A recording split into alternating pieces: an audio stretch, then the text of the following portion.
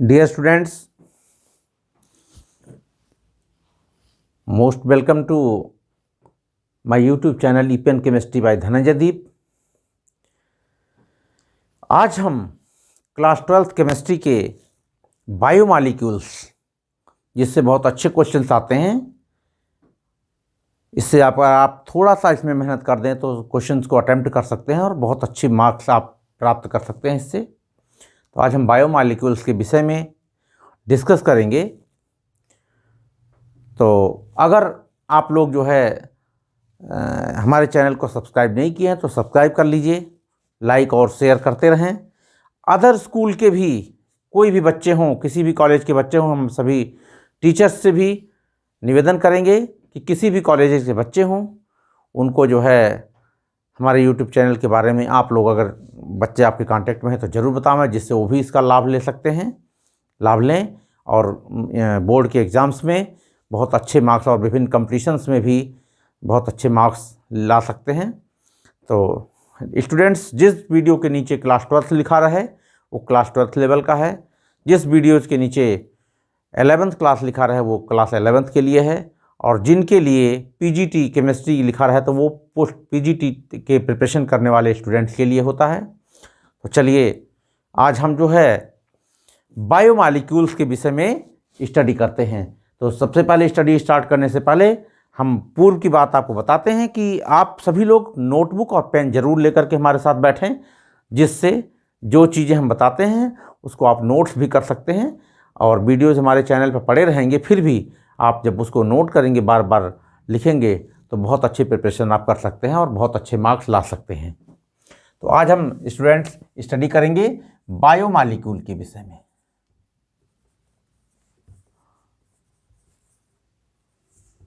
Biomolecules, जिसे हम हिंदी में जैव अणु कहते हैं। तो जैसा कि इसके नाम से क्लियर है, as the name indicated, biomolecules, मतलब those molecules which are made up by biological activities, या आप इसे हिंदी में कह सकते हैं कि वे अणु जो लिविंग थिंग्स के द्वारा बनाए जाएं या सेल्स के द्वारा जिनका निर्माण हो, उन्हें हम क्या कहते हैं? बायोमॉलिक्यूल्स कहते हैं। तो बायोमॉलिक्यूल्स की बहुत शॉर्ट डेफिनेशन है ये। अब हम बायोमॉलिक्यूल्स में किसकी किसकी स्टडी करते हैं? स्टडी हम करते हैं इसमें carbohydrate,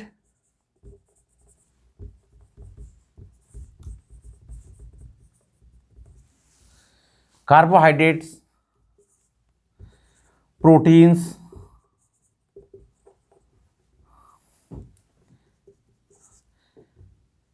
nucleic acid,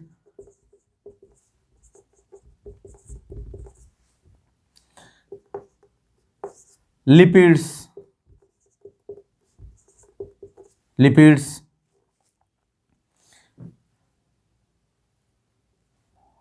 amino acids,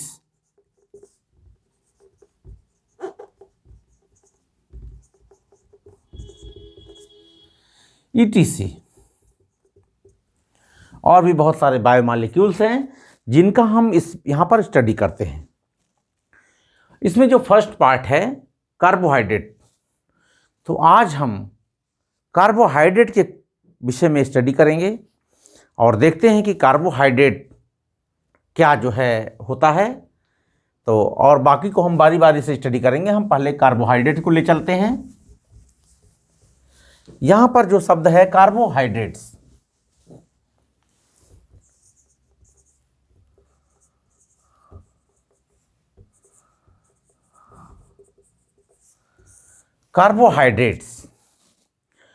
carbohydrates जैसा कि इसके नाम से, हमने आपको पहले भी बताया था कि if you listen carefully the question then the 50% answer of the question is in the questions.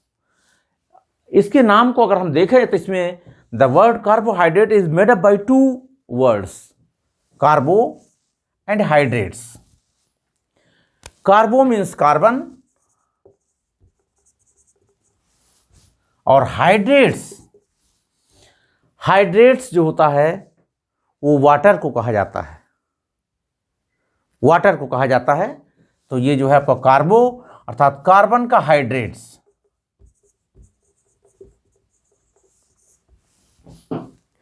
Carbon का हाइड्रेट्स।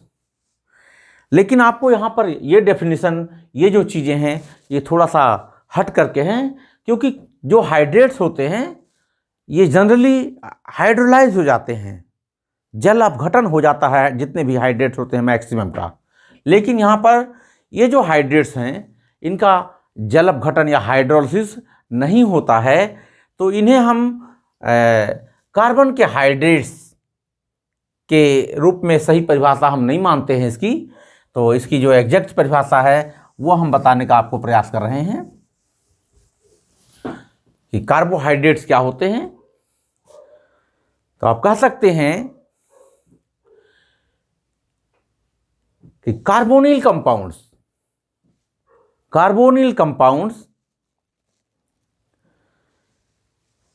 which are polyhydroxides, या आप कह सकते हैं polyhydroxyl carbonyl compounds, पॉलीहाइड्रोक्सिल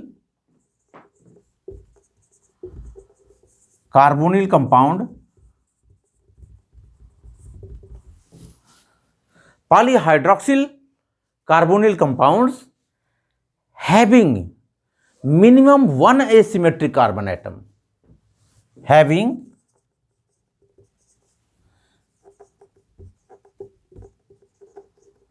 minimum one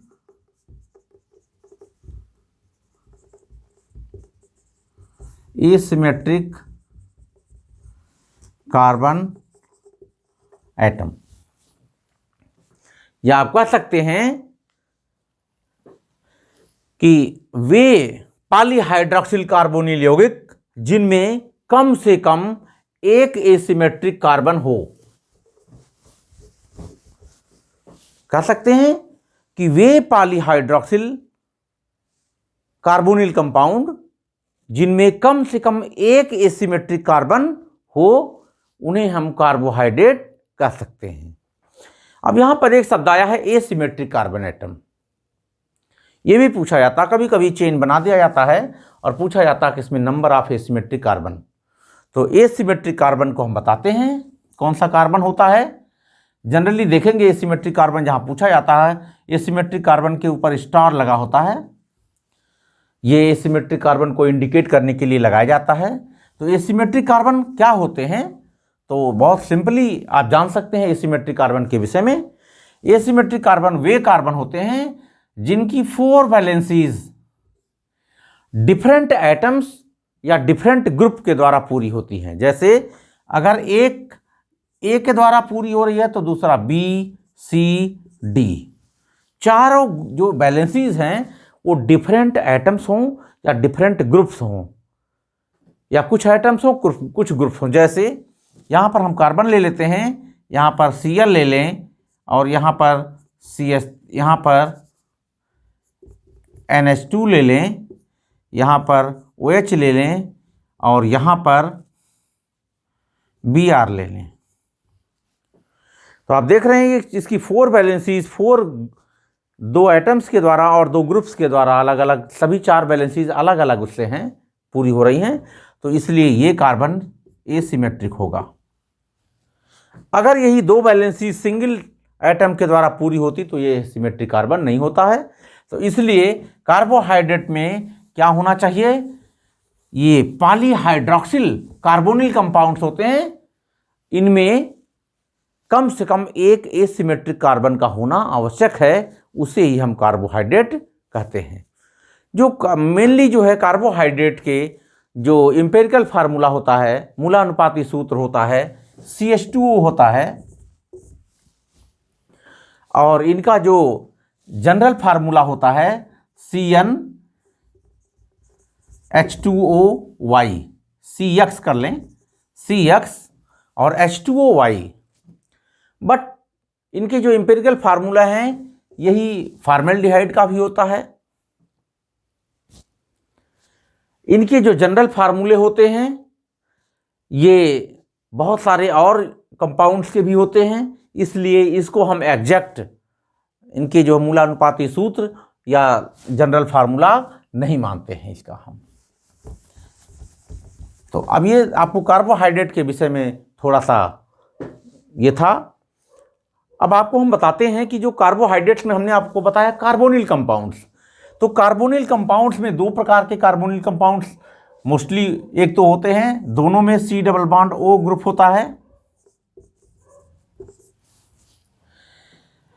एक कार्बोनिल कंपाउंड होता है एल्डिहाइड, 1 कार्बन 1 वैलेंसी इसकी जो है एल्किल ग्रुप के द्वारा हो और एक हाइड्रोजन के द्वारा पूरी हो, तो ये आपका एल्डिहाइड होता है। और अगर दोनों एल्किल ग्रुप के द्वारा पूरे होते हैं तो ये कीटोन होता है। तो यही दो प्रकार के उसमें भी होते हैं, एल्डिहाइड ग्रुप और कीटोनिक ग्रुप। तो इन जनरल जो होता है कार्बोहाइड्रेट, ये लिखने के लिए कैसे भी ओपन चेन के रूप में भी लिख दिया जाता है, लेकिन वो एग्जिस्ट करता है इसमें जो है हेमी एसिटल और हेमी कीटल बना लेता है। हेमी एसिटल, जैसे ग्लूकोज का हम एग्जांपल लेकर के अभी आपको दिखा रहे हैं, ग्लूकोज का सूत्र होता है CHO और COHHCHOHC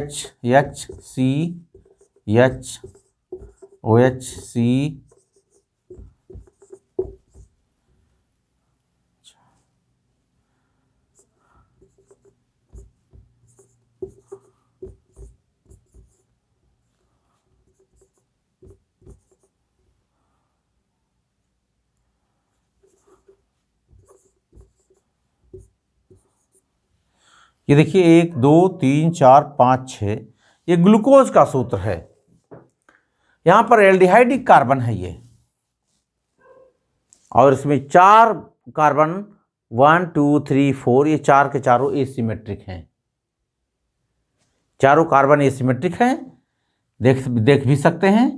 जैसे ये कार्बन है तो इसकी एक वैलेंसी तो इससे पूरी हो रही है, एक वैलेंसी हाइड्रोजन से पूरी हो रही है, एक वैलेंसी OH ग्रुप के द्वारा पूरी हो रही है, और एक वैलेंसी इतने बड़े ग्रुप के द्वारा पूरी हो रही है। तो ये कार्बन किसी 4 वैलेंसीज डिफरेंट ग्रुप के द्वारा पूरी हो रही है, इसलिए ये एसिमेट्रिक होगा।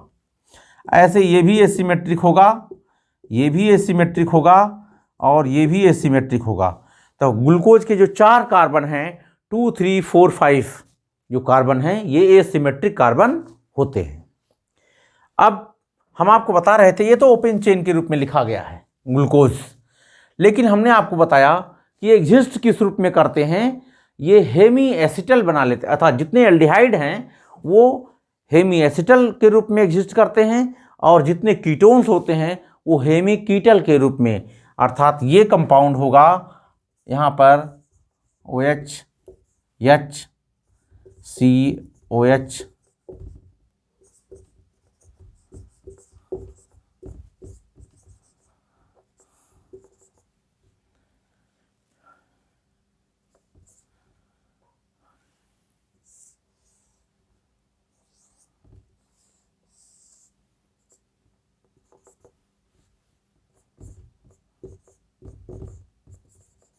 ये देखिए, ये जो एल्डिहाइडिक कार्बन होता है, ये जो सबसे लास्ट, ये जो आपका 5th कार्बन है, इसके यहाँ पर जिसका हाइड्रोक्सिल ग्रुप जो अल्कोहल का ग्रुप था उससे क्रिया कर लेता है और हेमी एसिटल बना लेता है।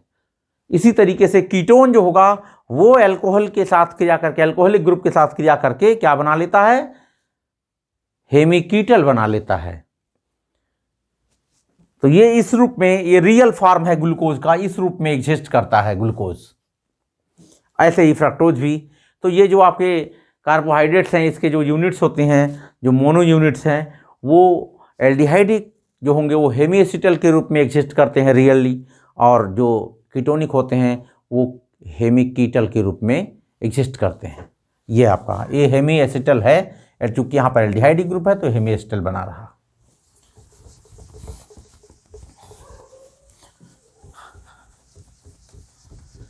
अब आपको थोड़ा सा कार्बोहाइड्रेट्स के क्लासिफिकेशन की तरफ ले चलेंगे। बहुत ही इंटरेस्टिंग चैप्टर है ये, कार्बोहाइड्रेट का क्लासिफिकेशन।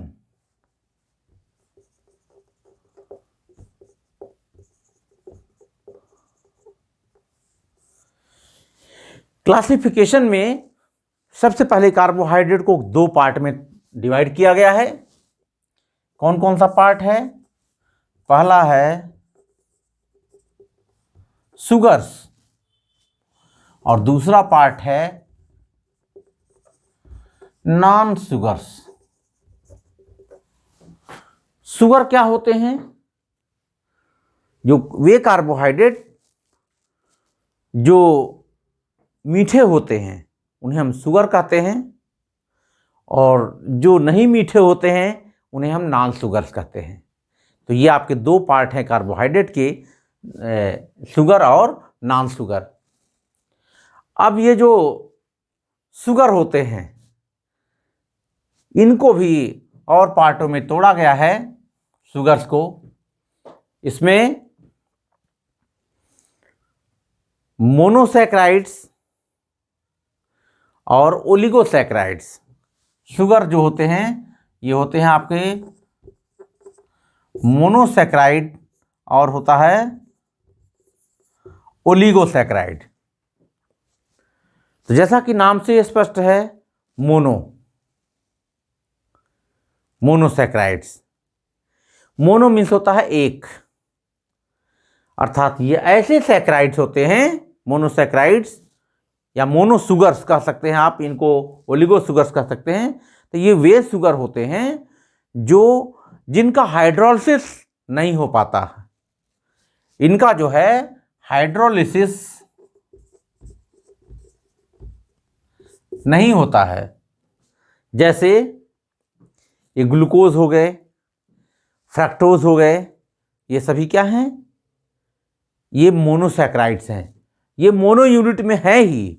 इनके ये जो आपका ग्लूकोज का सूत्र होता है C6 या 12O6, इसी को मोनो यूनिट कहते हैं। ये ग्लूकोज का भी फार्मूला होता है, ये फ्रक्टोज का भी फार्मूला होता है। तो मोनोसैकराइड्स या मोनोसुगर्स जो होते हैं वो कौन से होते हैं? जिनका हाइड्रोलिसिस पॉसिबल नहीं होता है, अर्थात उन्हें तोड़ा नहीं जा सकता है, जल अपघटित उन्हें नहीं किया जा सकता है, उन्हें हम कहते हैं मोनोसैकराइड्स।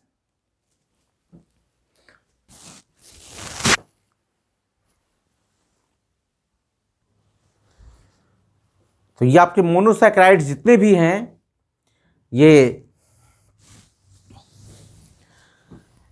मोनोसैकराइड्स का जो है हाइड्रोलिसिस नहीं होता है। अब ये जो मोनोसैकराइड्स हैं इनको एल्डिहाइडिक ग्रुप और कीटोनिक ग्रुप, ये आपको शुगर्स के विषय में हम बता रहे हैं।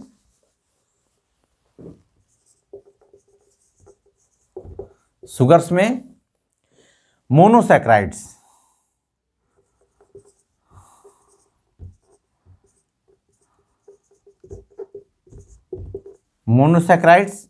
इनका जो है जल अपघटन नहीं होता है, ये और छोटे यूनिट में टूटते नहीं हैं।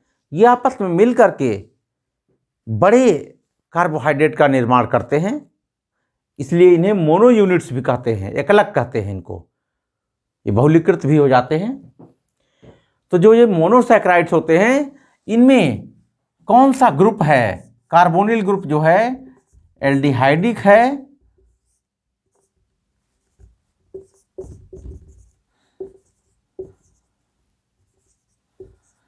या कीटोनिक है।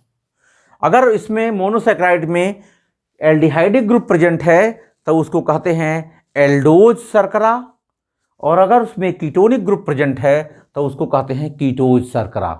एल्डोज और कीटोज, जैसे यहाँ पर एक एग्जांपल एल्डोज का हम ले लें। एल्डोज में ये नंबर 1 और नंबर 2, तो नंबर 1 का एग्जांपल ग्लूकोज ही है और नंबर 2 का एग्जांपल है फ्रैक्टोज। इसमें कीटोनिक ग्रुप होता है, इसमें एल्डिहाइडिक ग्रुप होता है, दोनों मोनो यूनिट्स हैं। इन्हें हम कहते हैं ग्लूकोज और फ्रक्टोज, इन्हें हम, ये मोनोसैकराइड्स हैं। इसके बाद जो है आता है आपका ओलिगोसैकेराइड्स।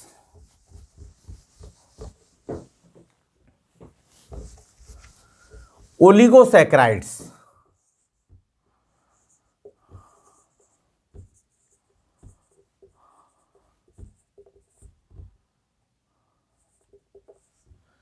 ओलिगोसैकेराइड्स जो होते हैं ये क्या होते हैं?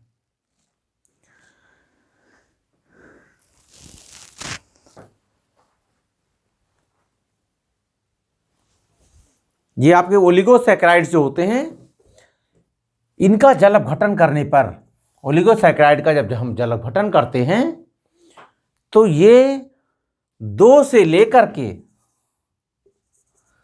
10 तक मोनोसैकेराइड्स देते हैं, मोनो यूनिट देते हैं। इनको हम ओलिगोसैकेराइड कहते हैं। जैसे सुक्रोज ले ले हम, C12 H22O11, इसका अगर हम जल अपघटन करें तो 2 यूनिट 2C6H12O6, ये आपका ये सुक्रोज है। और सुक्रोज का जब हम जल अपघटन करें तो 2 यूनिट मोनोसैकेराइड प्राप्त होता है। तो ये आपका ओलिगोसैकेराइड है। अब अगर यही हम कर दें C18H32O16 प्लस 2H2O, ये रैफिनोज है।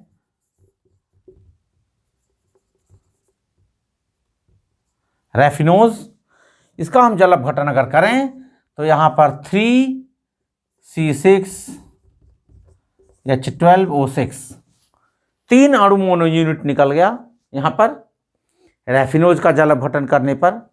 इसी प्रकार से टेट्रा यूनिट भी निकलता है, डाई यूनिट, ट्राई यूनिट और टेट्रा यूनिट। इसके आधार पर इनको हम टेट्रोज, ट्राइओज और टेट्रोज, पेंटोज इस तरीके से कहते हैं। जितने मोनो यूनिट देते हैं ओलिगोसैकेराइड्स में ये आपके जल अपघटन करने के पश्चात जितने मोनो यूनिट देते हैं उसी अनुसार उसका नाम होता है। इसमें अगर 2 मोनो यूनिट निकल रहा है तो उसको हम डाइसैकेराइड्स बोलते हैं। अगर 3 मोनो यूनिट निकल रहा है तो उसको हम ट्राइसैकेराइड्स बोलते हैं। और 4 निकल रहा है तो 4 टेट्रासैकेराइड्स बोलते हैं। इस प्रकार से हम 2 से लेकर के 10 तक के मोनो अणु प्राप्त कर सकते हैं। किससे? ओलिगोसैकेराइड से। अब जो ये तो आपका दोनों जो है सुगर्स थे। अब नॉन सुगर्स के विषय में थोड़ा सा क्लासिफिकेशन ही अभी चूंकि चल रहा है, बाकी इन सब के बारे में डिटेल्स आगे बात करेंगे। तो अब इसके बाद जो है ये तो थे सुगर्स में। अब नॉन सुगर्स में जो है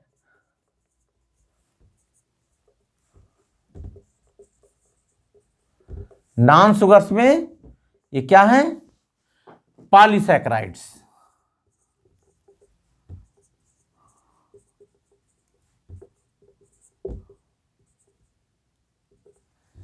पॉलीसैकेराइड्स जैसे आपका स्टार्च हो गया, सेलुलोज हो गया, ये सभी जो है आपके पॉलीसैकेराइड्स में होते हैं, पॉलीसैकेराइड्स में आते हैं। जो हाइड्रोलाइज हो करके, ये भी हाइड्रोलाइज जब होते हैं तो पहले मोनो यूनिट में कन्वर्ट होते हैं, उसके बाद ही यूज किए जा सकते हैं। पॉलीसैकेराइड्स जैसे स्टार्च है, सेलुलोज है, जितनी भी जो प्लांट्स होते हैं उनके जो तने होते हैं उसमें जो सब सेलुलोज का बना होता है। स्टार्च का मुख्य स्रोत आपको पता ही है, पोटैटो है। और राइस के जो ब्रांच होता है ऊपर, उसमें भी स्टार्च बहुत अधिक मात्रा में पाया जाता है। इसलिए जो डायबिटिक पेशेंट होते हैं उनको इन सब चीज़ों से बचने के लिए कहा जाता है। तो ये आपका क्लासिफिकेशन था इसका शुगर्स का। अब इसके आगे हम कार्बोहाइड्रेट के जो है जो डिफरेंट कंपाउंड्स हैं उसके विषय में, इनके कॉन्फ़िगरेशन के विषय में भी हम आगे चर्चा करेंगे। और इसको आप जैसे ही हम अभी अगले उसमें जो है RL कॉन्फ़िगरेशन जो है, RS जो है और RL, LS और इनके जो कॉन्फ़िगरेशन हैं और रोटेशंस हैं, इस सभी के विषय में हम बृहद रूप से डिस्कस करेंगे। Thank you.